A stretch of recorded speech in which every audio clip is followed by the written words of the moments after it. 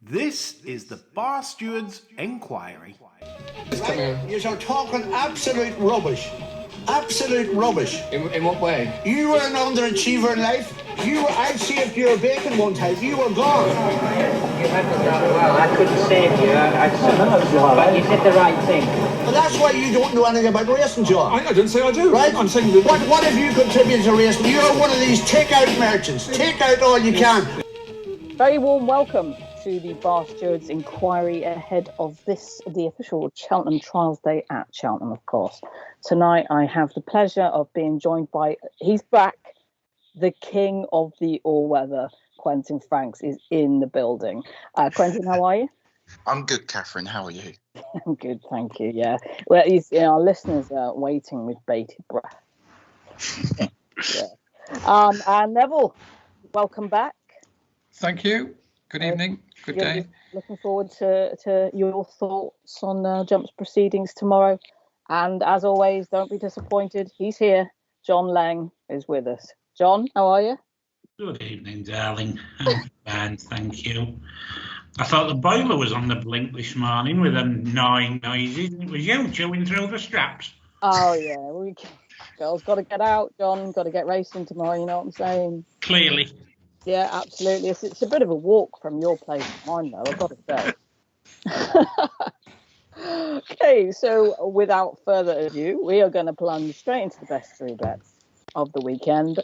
And then we're going to take a look through the TV card at Cheltenham and Doncaster and any other business that the panel want to cover. So I'm going to go straight to the king of the sand, Quentin. What is your third best bet of the weekend?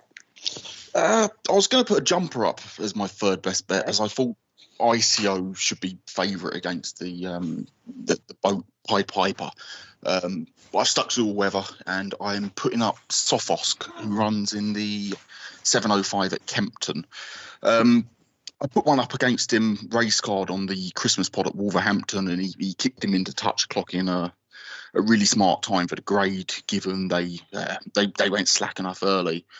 He got whacked up £8 for that, which looked a shade light to my eye. Form of the race looks strong. Race cards came out and won easily since.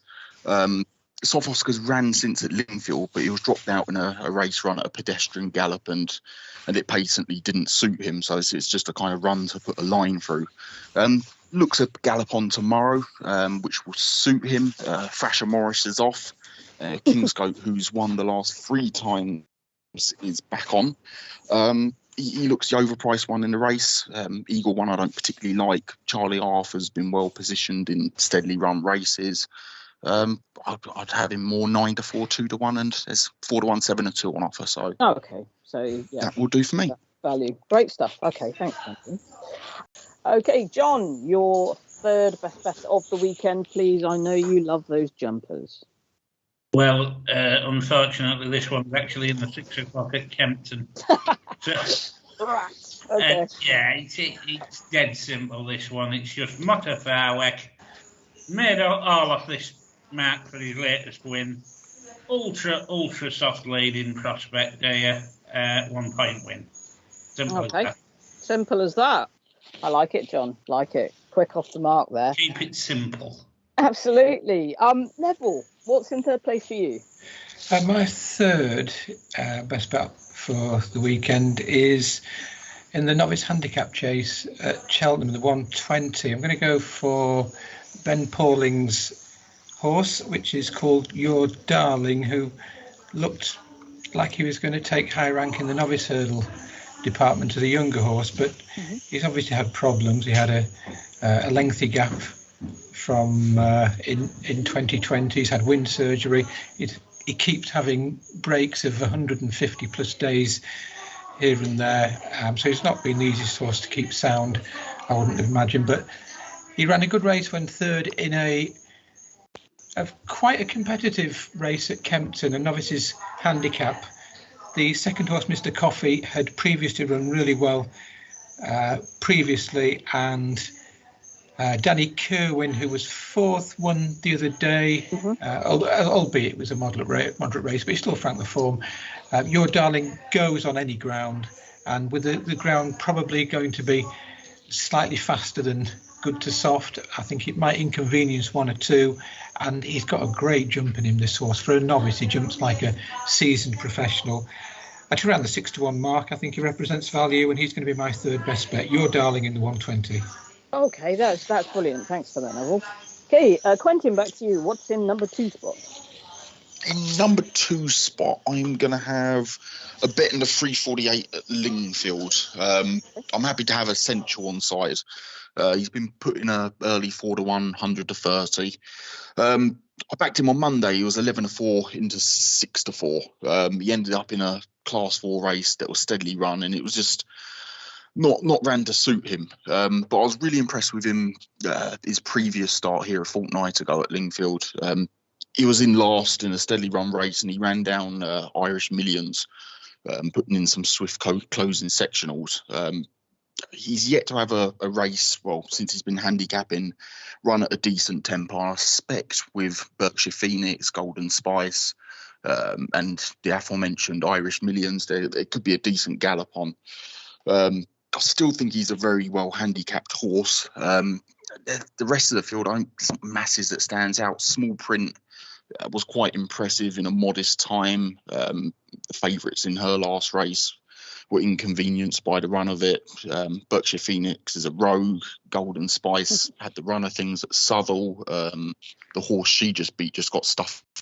Well, not stuffed. The horse that she beat just got beat at Wolverhampton. And Burrabic hung towards the standside rail at Lingfield last time out. I'd have him clear favourite. I like him. As long as they go some sort of pace, then yeah, I think that will suit him, and hopefully he can get back on the up. Okay, that's brilliant. Thank you for that. John, second best bet? Well, you'd be pleased to know this is over the sticks. Oh, yes. This one's in the 155 at Cheltenham. Yes. And the one I've hit with the lucky pin is Galahad Quest. Okay. I think it's interesting that this can do better than last time, because I have the feeling that was probably a little bit of a skull round last time after the fall. It probably had more scolding than galloping going into that. In addition to that, he's on better ground this time, in theory. Yep. And duly noted your comments that it might ride a bit dead, but you know, it ran well here off a pound higher on good ground 3 runs back. I mean, I do like Faranet off what's technically the same mark as last time, but I can't say Lucy what's her name very much else round here, so I'm sticking with Galahad Quest. Okay. Thank you, John. Galahad Quest in the 155 at Cheltenham. And Neville, to you, please. I'm going to go for one in the Triumph Hurdle Trial. And it looks a very competitive race, and most of the field are unexposed over hurdles. But the £3 penalties that both ICO and in turn de Civilla concede to the useful flat racer Pied Piper, I think might be a little bit too much for them. Pied Piper was, I suppose he was a little bit quirky on the flat when with John and Thady Gosden, but he did absolutely nothing wrong on his hurdles debut. He beat a highly regarded, once raced horse of William Mullins's, and the pair pulled miles ahead of the others. He jumped really well. He's got more ability than most of these that he's taking on flat form, and I think he'll probably be too good. I wouldn't want to be backing him at ridiculously short odds. If he was odds on, that'd be silly, but I can see him being 6 to 4 or 13 to 8-ish, which for me could represent a fair price, and I think he's probably going to be too classy for them. Yeah. I must admit, I had a little look at that race, and that was the conclusion that I came to. Also, I think it's fairly significant. Davy Russell coming over for one ride, and that's his one ride. So yeah, okay, completely get that one. Neville, that's Pied Piper in the Triumph Trial tomorrow. It was nasty. At Cheltenham. It was windy. Okay, It was really this is spooky. going to be everyone's got in the number 1 slot. Quentin, reveal, what is your best bet of the weekend? My best bet at the weekend, Cathryn, is Subjective Value in the 5:30 at Kempton. He foiled a decent bet on Bearing Bob for me last time out. Joe Fanning got the fractions right on the front end. They clocked a good time given the early fractions that were set, and he looks on an upward curve on the all weather. There's not massive in here. I mentioned small print, her race last time out. Shorts on even comes into this race. He looks slow. The mile will suit, but I can see Fanning going steady, slodding across from 9 and having a solo. Sid's Annie will improve up in trip, but she looks underpriced if anything. I had a little attitude question, even with the hood going back on. And the rest look much of a muchness, to be honest. She's been putting 3-1, 11-4. I had him a good deal shorter than that even. So that's my best bet of the weekend. Okay, great stuff. One for all you all-weather fans out there. I know Quentin has a lot of followers on the level and on the sand. Quentin is like the mecca for flat racing. Quentin Frank. Okay, John, go on. Shoot, what have you got for me in fast place? Now, I always back what I put up on here to varying degrees of confidence. But I will share with you the fact that I am having what's known as a right fucking bet on it tomorrow. Let's write that down, John. I'm going to abbreviate it, RFB. Yeah, go for it, yeah. This is Debici in the Great Yorkshire Chase. Yep. Tomorrow. I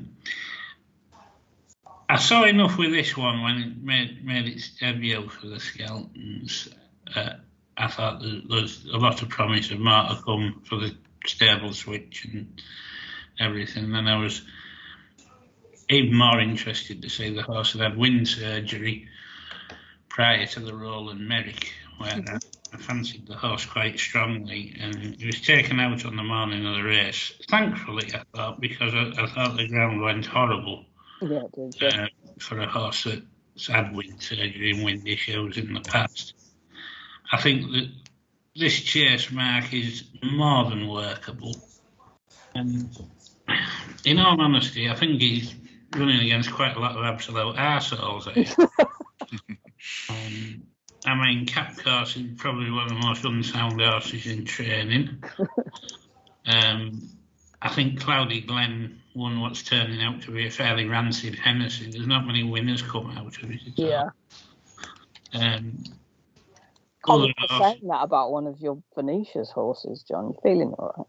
Well, you know, I mean, she's still refusing to take my phone call, so I'm kind of losing patience. Track up to the northeast. I mean, there's a fair old track from Hereford. There could be a stable switch to Rebecca Curtis the way things are going, I'm afraid. But yeah, I really like this, and I like the fact they've waited for what you would call another target race rather than just sneaking him back somewhere and having a little noddle around and dotting up. You know, the horse isn't getting any younger. They need to crack on, and I think they're cracking on a nice prize here. And Yard could hardly be in better form. I think it's a right strong bet. This is 8. Okay, beautiful stuff, John. Thank you. That's great. Neville, have you got an RSE for us in your number one bet of the weekend? I quite like one at Ferry House in the 105 race, the handicap. It's only a low grade handicap, 0 to 110, and some horses seem to improve for the application of various different headgear, but this horse seemed to improve for the money, which we might have to try on some of my horses. But where's Frankie? Was back. He started at 50 to 1, 150 to 1, 66 to 1, 125 to 1, 100 to 1, and 150 to 1 on his previous starts. Right. And then he was backed in from 10s to 17 to 2, and he absolutely packed up over hurdles, which must have taken the connections by surprise. Yeah, I bet, yeah. He won off 89, That was over hurdles. They put him up to 98, but they're putting him over fences tomorrow off his hurdles mark, and he has got form over fences previously in Irish points. He looks well handicapped, and I'm sure that he's better than what he's shown so far over fences. So he's going to be my main bet on Saturday. Where's Frankie? Great stuff, Neville. We like that. And good spot. Lovely. Okay, we're going to take a look at the TV races. What to do is we'll start with Doncaster, and then we'll deal with what's supposed to be the principal meeting after that. So Doncaster 210. Neville, I will stay with you. Do you have anything in this very small field mares hurdle? Well, the only thing I could suggest is that keep an eye out for Miranda at the start, because she lost many lengths by planting herself when she won 50 odd days ago. And if anybody's willing to take odds on or a very short price about her before the race starts, then you really are in the wrong game. Yeah. I think if she jumps off with them, she'll probably win. But apart from that, I wouldn't have a clue. She's the best mare in the race. Yes. But is she going to jump off on terms? And she'll need to be. I mean, she hasn't got a great deal in hand. She might have £2 or £3 in hand. She really wants to be jumping off with them. But I'm sure that Nichols and Bryony Frost will be well aware of this time. But she's the classiest mare in the race. But I certainly wouldn't want to be backing her at short price. Yeah, no, fair enough. John. You love a 5-runner race there at Donny. Well, anything for you in the mares hurdle? The best mares in the country and in Ireland turn up at the Fez and running these mares, hurdles, chases, whatever the hell you like. And every time one takes place, I'm getting the fridge up and getting the patty out and shouting for big bit.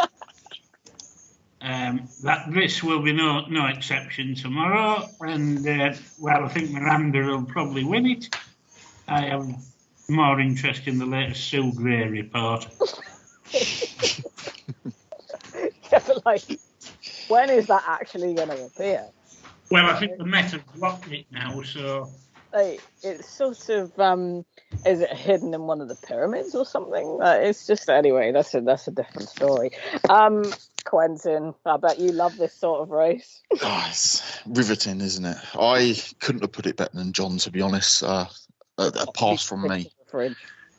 Yeah, exactly. Yeah, I think we all will. I certainly won't be sort of scrambling to find a place to watch it. Okay, let's move swiftly on. So the River Don, Grade 2 event, drawn a field of 7.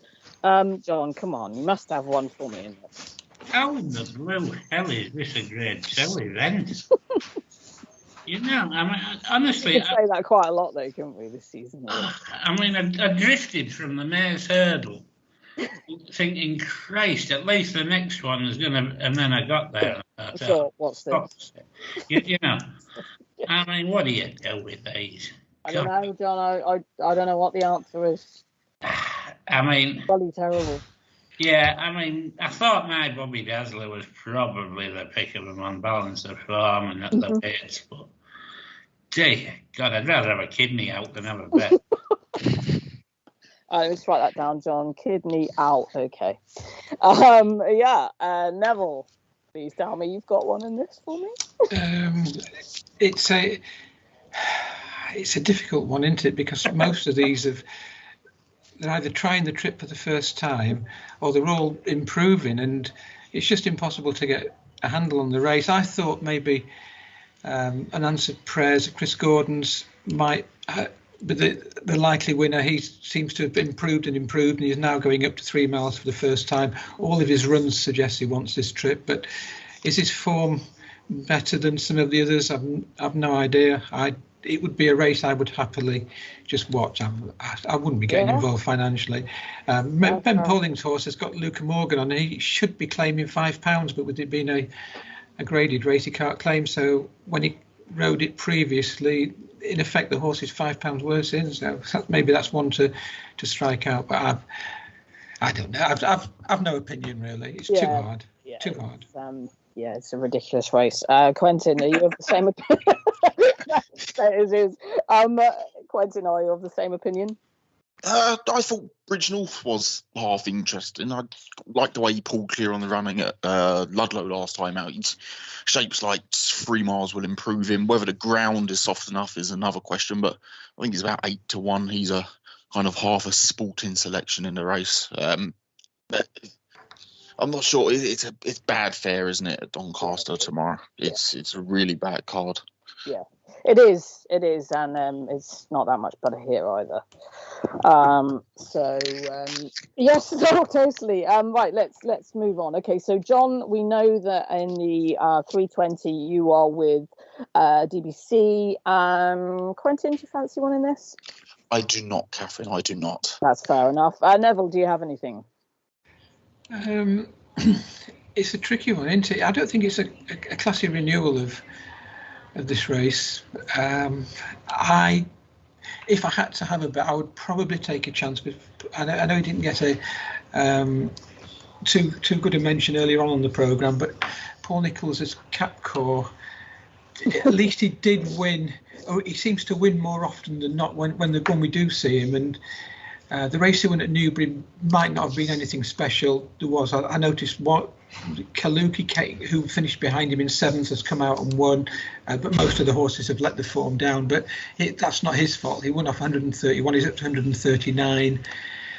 It's a race that there's a lot of horses here that have shown the hand many times before, and he is a lightly raced 9-year-old that could be open to a little bit more improvement. But I don't really fancy the race, if I was brutally honest. I think there are several that I wouldn't want to be with, but there aren't many that I would want to be with. So, it's absolutely, it's a tough one. I think Hurricane Harvey is well handicapped, but he just seems to have lost his way, so I couldn't have him. But I think I would go with Capcore, but I'm not going to get involved. Okay. Right. Well, let's move on to Trials Day at Cheltenham. Now, I have to say, this is probably the worst card for Trials Day I've known in living memory. And it makes me really sad to say that, because I think I've been saying that about every Cheltenham meeting this season. I don't understand what's going on. We were talking about it briefly before we started recording. If you look at this, I was said when we were chatting before, if you look at this compared to what they have in store next weekend across the sea, this is just utterly ridiculous. And I know people will say about the ground, but the ground is good in Leopardstown as well. The entries at entry stage for Cheltenham weren't great, whereas the entries for Leopardstown are fantastic. John, what is it? It's just do you know? The thing with this, Cathryn, I mean, I'm looking at these races, and I'm trying to think of English trained horses that are fancied for the festival. Mm-hmm. And I can't really pick any of them out and say, I wonder why that isn't running here. Yeah.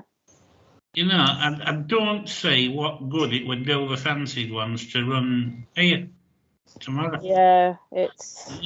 I mean, I get the problem. I understand the ground issue, and you're coming off the back of a really horrible hot summer anyway. We had enough rain in as we know, we had soft ground in December. Yeah. But this is not good. This is quite depressing, really. This could be the start of a very worrying trend for this fixture, I think. Yeah, I do as well. And I don't think that it is enough to say that it's the placement of the Dublin Racing Festival. No. I don't think it's anything with that being put in. No English horses are going over. It's just a lack of good horses wanting to run for. To me, this is a very, very worrying sign for the future of national racing in this country. I don't know, but this is bad. But anyway, I won't start swearing and ranting because people shout at me when I do that. All right, okay, let's go to the first TV race, the 155, the Paddy Powered Cheltenham Countdown podcast handicap. Don, I bet you were up all night studying this. Well, I was. I've got me second best bet, haven't I? Yeah. I had. Exactly, that's what I mean. Yeah, so I mean, I give it a fair old lick this race. Yeah. It was probably the one race I did think was worth a fair old lick, really, but yeah. Again, though, you do look at it and go, oh, God. Do you not? Or is that just me? No, I mean, none of these are going to win at the Fed, are they? No, absolutely not. No way. No way. Okay, Quentin, what have you got? I thought there was no pace in the race. I'm quite happy to side with Cool Cody, to be honest. There doesn't look a lot of he'll make pace the pace, though, won't he? He'll make the pace, yeah. But I can see him getting a solo on the front end. Yeah. And at least from a trading angle, you'll be able to get out, I feel. Soft ground, I don't think he's got form on heavy and soft ground in the past, but I think he's just a better horse on better ground nowadays, which it's good. As you said, pre-podcast, it'll probably ride tacky. But I think he can get away with things here. I still don't think he's badly handicapped. He obviously goes well at the course. His last 5 starts at Cheltenham, he's traded. Will go from the 1st of Jan down 4.4 in the run, 18.5, and obviously a lower 101. When he fell at the November meeting, it was trading evens when he fell, and 1.51 back in October. So he's a trading angle for me. I'll play him pre-race and look to get out at some stage. Hopefully he's still in one piece. Yep, no, good, like that. Neville, do you have a solid bet in this? I think Cool Cody's for those who are looking for an each-way steal, because his last 9 out of his 10 runs have been here at Cheltenham, but I do think he's probably where the handicapper wants him. One horse that could have more scope than some of them is the one right at the bottom, Eden De Who. Yes. He ran in the National Hunt Chase last year at Cheltenham at the festival, and probably ran, if not his best, very nearly his best race over fences when beaten 31 lengths by Galvin. That was over 3 miles 6. He won his first chase at first last this season over 2 miles, so he's obviously very versatile. He's up to 2.5. I might be concerned if the ground was on the quick side, because all his winning form has been with plenty of cut in the ground, but I don't think he's badly handicapped of 130. He runs off the same mark as if he was running over hurdles, and he jumps well. I don't think it's a vintage £100,000 race by any means, and if the ground is okay, and it's probably a big if because at the moment it's good, I might side with him at decent odds. Eden De Who. Yeah, and I mean, I had a conversation with Lee in the week where we both said that we were going to stop back and go pipe horses. So he did look at him and I was like, oh God, no, I must remember the promise. But no, you're bang on there, Neville. Okay, to the Cotswold Chase. I mean, what in the name of God is this? It's just awful, isn't it? And no disrespect to the horses that are running in it, but what's this a trial for? It's supposed to be a trial for the Gold Cup, isn't it? I mean, it traditionally was. It was. Jesus. I mean, if you think about the horses that have won this race, Master Oaks, it just kills me. It really does. I had a really interesting comment about that Ruby Walsh made about Chantry House on Racing TV. He said that he felt that in the King George, they went off so hard early on that it took him out of his comfort zone. And that and he made a mistake at the second, and that was it. It was game over. Okay, fair enough. They're not going to go anything like that tomorrow. The class isn't in it.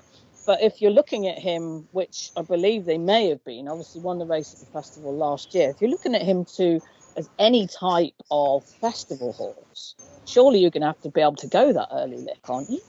Mm-hmm. You know, he probably will win this tomorrow. I mean, he's top rated 160 next eye right on 159. Yeah, he'll win this, but would that then, if they're going to go off hard, go off hard race last year, but the fact that he's going to be an open company where, like, if they are going to go to the Gold Cup, then they're going to go pretty hard. They go hard for 3 miles. Well, personally, I think it's no contest. If you're looking at the prices, 10 to 11 about Chantry House against 5 to 1 high rate. So probably going to have the luxury of dictating. Yeah. £1 difference on official figures. Yeah. You don't know what Hendo's planning here with this one after it's pulled up last time. It could be a noddle around to sweeten him up. He won't care. So I mean, at least high rate. If he wasn't the gelding, you'd say he's guaranteed to put his balls on the block tomorrow, wouldn't you? So,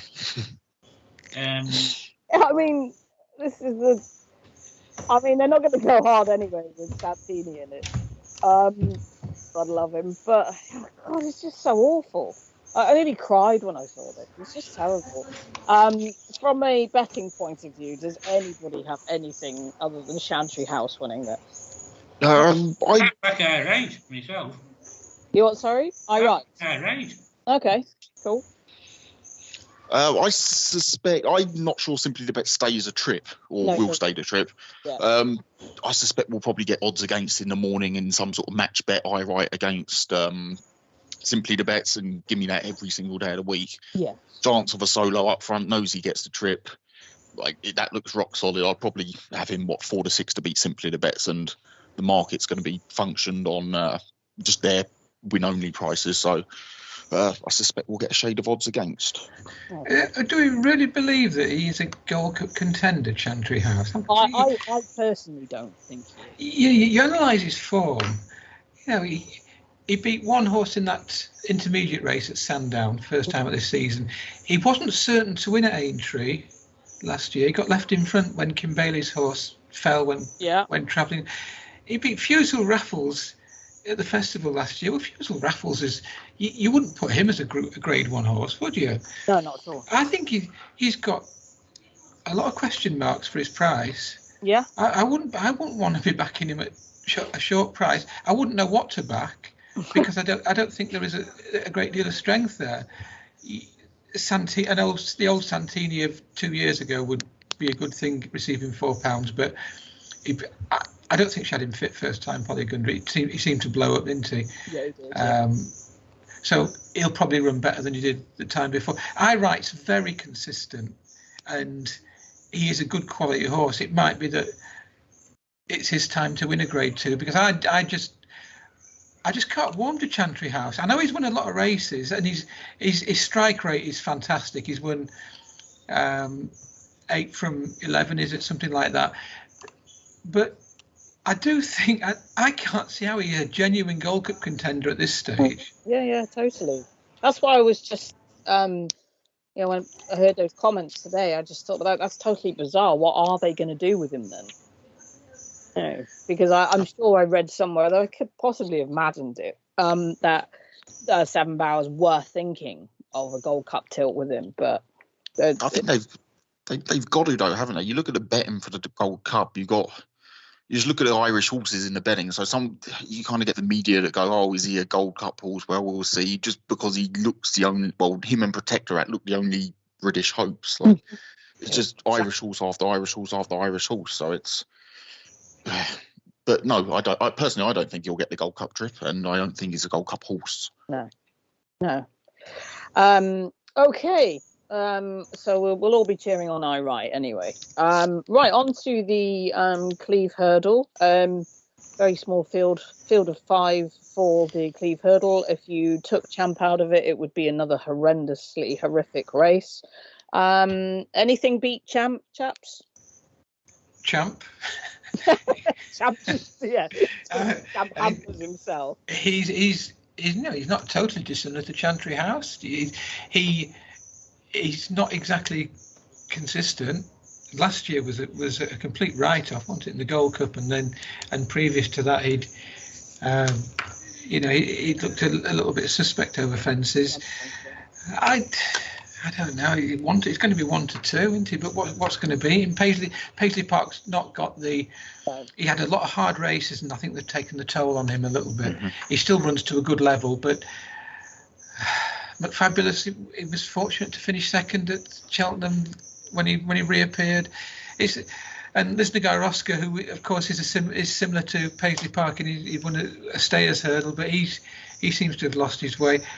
It's possible Champ will probably win it, but you'd have to be mad to want to back him at 1 to 2. Yeah, I do think it's quite bizarre because if you look at his breeding, obviously he's from the family of Best Mate, obviously related to Inca Trail and all that. He's bred to win a Gold Cup, hence the name Champ, obviously after AP, blah blah blah, and he couldn't be a worse jumper of a fence. Could have called it misogynist twat, couldn't it? Exactly. I mean, why don't we all source one and call it that, and it'll jump better than Champ? There's an idea. But I have to say, I was impressed with him in the long walk, especially the way he travelled and the fact that he pulled so hard early on and was still able to finish like that. I thought, okay, cool. Yeah, and you're obviously in the right place. You're a terrible jumper of a fence. So yeah, I think he's a better hurdler than he is a chaser, bizarrely on his breeding. But yeah, I don't know. I'm just when he won the RSA chase, it was a very good race. I mean, he beat a Gold Cup winner that day, and he beat Allaho, who's also a Grade 1 winner. So at his best, he's a very good horse, but yes, he's obviously had issues with his back. Yes, and maybe he just looks after himself a little bit. He's only lightly raced. He's only been seen 16 times for a horse at a 10-year-old. It's not very much, but he's very classy. But I'm just looking now. I can see with most bookmakers it's 4 to 9. I certainly wouldn't even entertain him at 4 to 9. But if he does what he did at Ascot, he'd be very hard to beat, wouldn't he? Yeah. It's the second leg of the Stephen R. Power Racing Blogger Monster Double tomorrow, isn't it? What's the first one, Chantry Hat? Yeah. Oh, right. Yeah, he'll be lumping on the double and then taking a photo of a steak and a glass of wine, won't he? World-class content, folks. World-class. Lift them home, Nico. Oh, God. I'm working at Cheltenham tomorrow.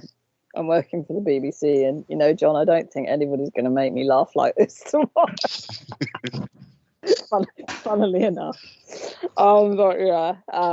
Right, I've got a couple of fancies for the weekend. One of them, people that know me will know very well. So I'll start with a lesser known one. In the first at Doncaster tomorrow, I think Ennis Biggle are going again. I think still gone up a bit for his last win over C&D, but I think he's valued for a little bit more. And on Sunday, Any Harm in Asking runs at Sedgefield off a mark of 127. Any Harm in Asking, of course, the horse that beat Constitution Hill and his point in Ireland. This horse could go up another 10, 15 pounds and still be absolutely thrown in for a handicap at Cheltenham, in my opinion. So there's one. I would imagine that he's not going to be much of a price, but there's one for you. For Sunday, anybody else got anything else they want to mention? We haven't mentioned Hillcrest, have we, in the 340? Who looks of course, yeah. He looks a real tool, doesn't he? He's ginormous. I think Henry Daly said he's 18 hands. Yes. And to be doing what he's doing, yeah, he must be some prospect. I just worry tomorrow a little bit about the ground. Yeah, that's a good point. Yeah, because he is so big.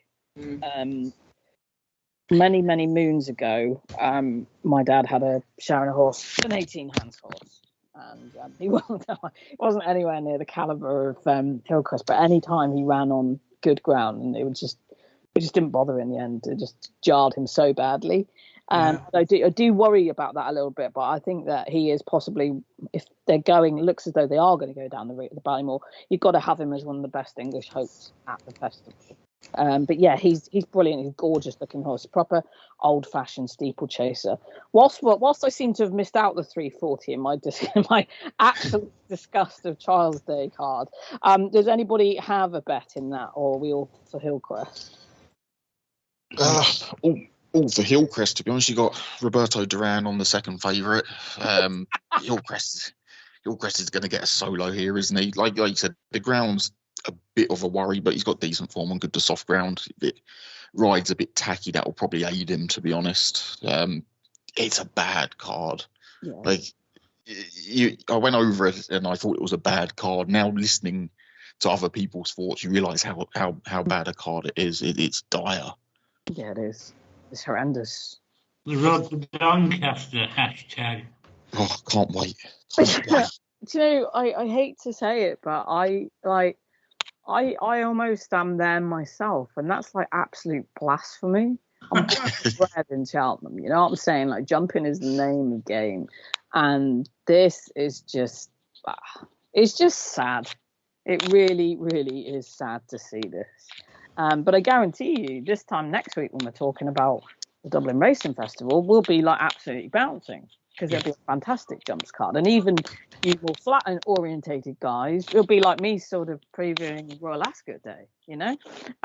It's going to be a lot better. What we do with National Hunt Racing in this country, I don't know. If anybody does have the answers, please tweet us. It's just all very, very sad. But yeah, anybody else got anything they want to throw in? Any teasers for what you're going to talk about in the sermon this week? The state of national hunt racing in the UK, mate, yeah, the state of still the Dairy Park, corruption in the Met. Well, that's it. I mean, they're still going to be looking for Sue Gray's report, aren't they? At that point, I would imagine so. Yeah, I don't think anything will come to light over the weekend, so we can have a good chunter about that. We'll probably play hell about what an anticlimax the weekend's racing was. Apart from Debeachy romping home in the Great Yorkshire Chase. Yeah, we're all going to be on that one, John. There is. Is it DBC? Is it? I always say I never know how to say it. Yeah. There's a touch of the Latinos about me now. That's right. Oh, right. I see. It used to be DBC. That. Well, yeah. Maybe. It used to be DBC, and then they removed the licence fee. Oh. All is not lost, though. There is a very good card at Naas on Sunday. Oh dear. So, you know, and they actually have some decent fields. So yeah, for all of you jumps fans out there, and the going is good to yielding at Naas, but that is a very good card on Sunday. So okay, well, all that's left is to bid you all a very good evening, and we'll see you on the Sunday sermon. Right, the show's over, boys. Thank you very much.